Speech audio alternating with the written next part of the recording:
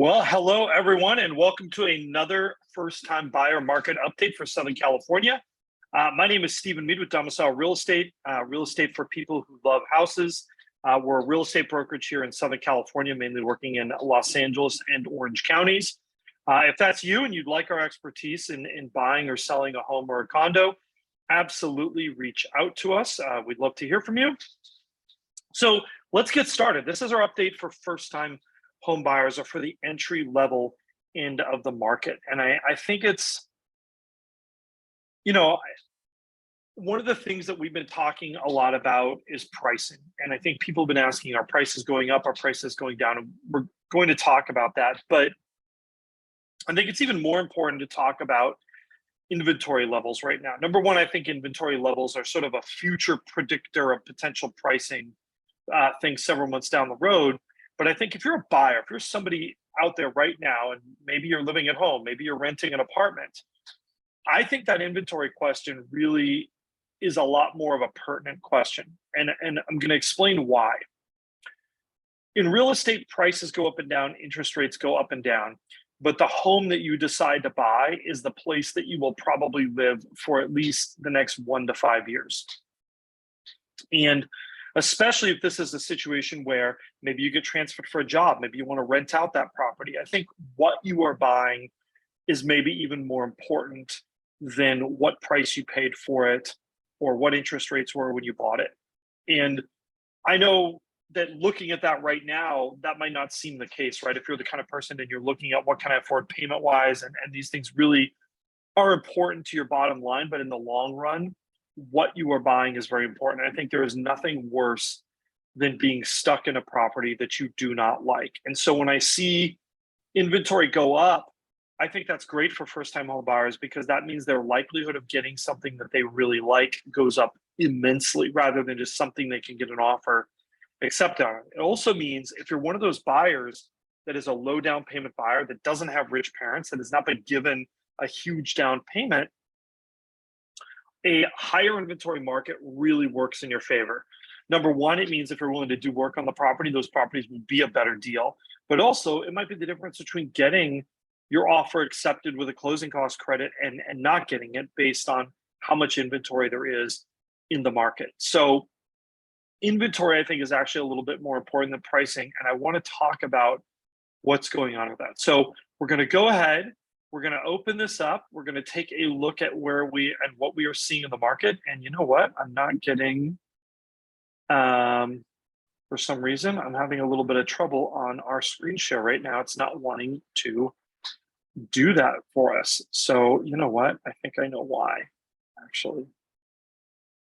Give me a second here. A little bit of a technical difficulty, but we will get it worked out, I promise. Okay. Now we should be able to do this. Let's try this again. There we go. Okay. So first of all, let's take a look at prices because I know everybody is concerned about prices and they want to know what's happening in the market. If you look back right over the point of like sort of, where we have been, you see prices are kind of hovering. We're around that 725 or, maybe between the high sixes to low sevens on our entry level single family home. That is a first quartile 3-bedroom, 2-bath. Where are we right now? We're around 740,000. Price. I'd say we're anywhere between a 5 and a 10% jump from where we were about a year ago today. If you look here, this is the mark of where 2022 started. Things kind of accelerated up, and then they crested a little bit, and then they've come down a little bit. But if you look back at where we are now, we're pretty much kind of looking right about where we were at that beginning of March. But I want to caution you when you look at this stuff. And one of the reasons why it's difficult to get some absolute insights from this. Number one, this data is old. As I've mentioned ad nauseum a bunch of times before, this is closed sale data. Closed sale data is great at telling you what happened in the market 30 to 45 days ago. Not necessarily what is happening in the market this weekend when you are writing offers on houses. And so you kind of have to understand that when you look at this. And you see these prices crested and fell, and they actually bounced up a little bit here on our entry level condo, and they seem to have stabilized out. We really need another couple weeks to sort of gauge where we're at. My gut feeling in the market, based anecdotally on where we're at, is that we are in a period of stable prices. So not really big increases, not really big declines. We are in a period of stable prices. Now, if we look at our total monthly payment, which again, this includes interest rate information, we're at a payment level in our single family homes that is about where we were back at the beginning of April in terms of monthly payment for that entry level single family home. We're right around $5,100. This is based on 5% down. It includes mortgage insurance, property taxes, homeowners insurance. This is really to give people a complex idea of that total payment in a low down payment scenario. And if you're looking at condos, it's kind of a similar story here, late March, beginning of April. So that's exactly where our prices were. But again, this is based on 30 to 45 days ago. We have to use some other data to try to glean what's happening right now. Now, in terms of minimum household income required, we are at, I think, right around $125,000 here for our entry-level single-family home and $95,000 for our entry-level condo.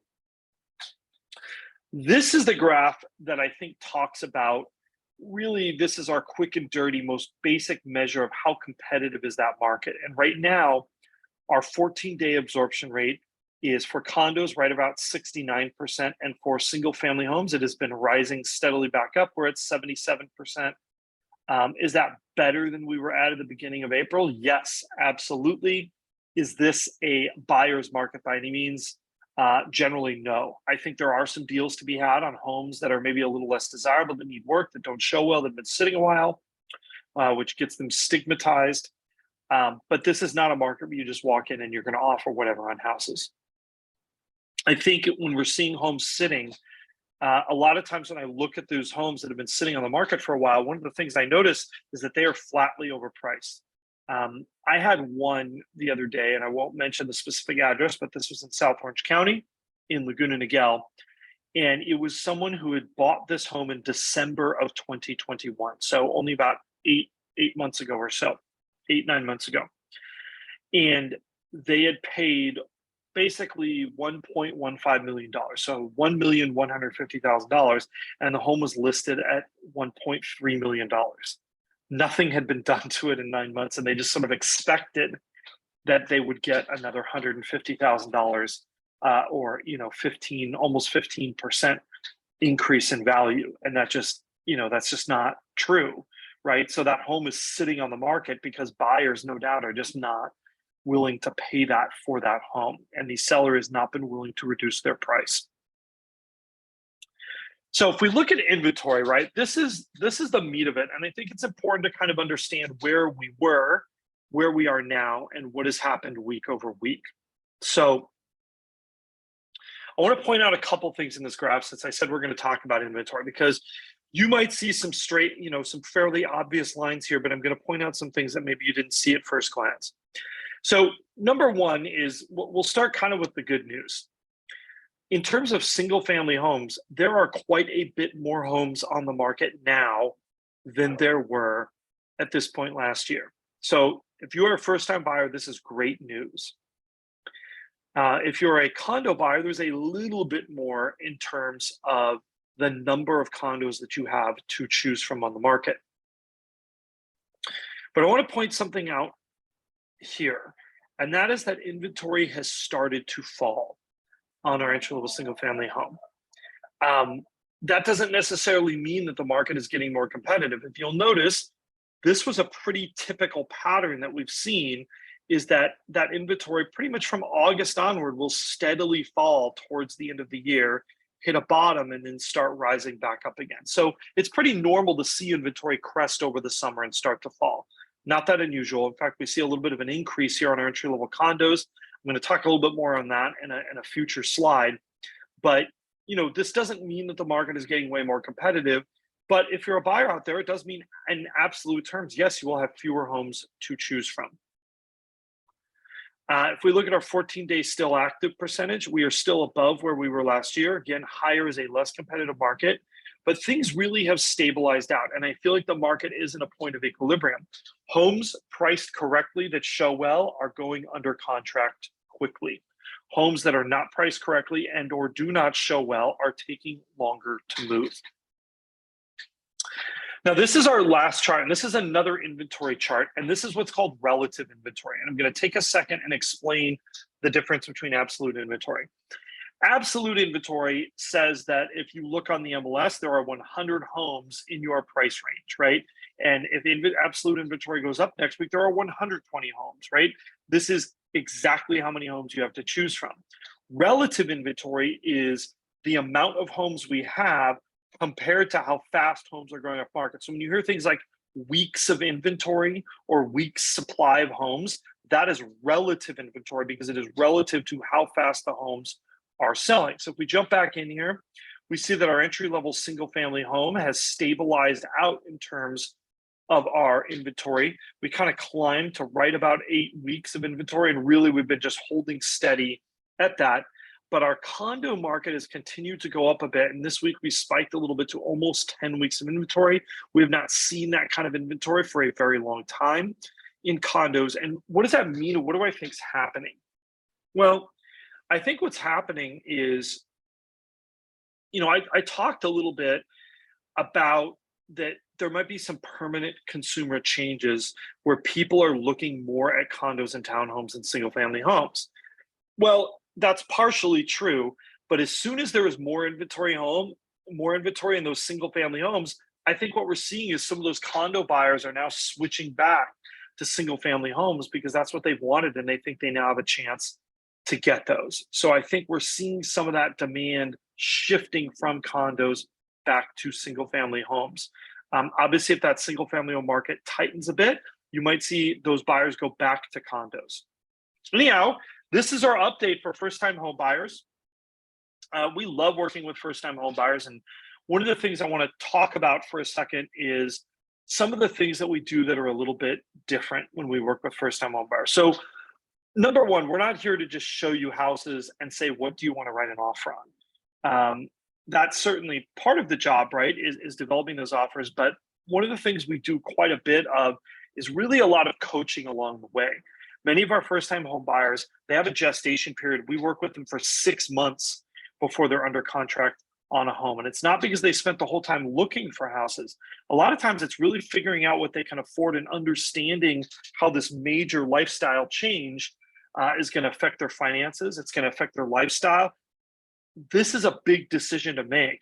And we want our clients to make good decisions at the outset. So we spend a lot of time working on that. This is a major purchase. This is hundreds of thousands of dollars or perhaps even over $1 million for some of our first-time home buyer clients. So it really pays to take a look at everything when you're making those decisions.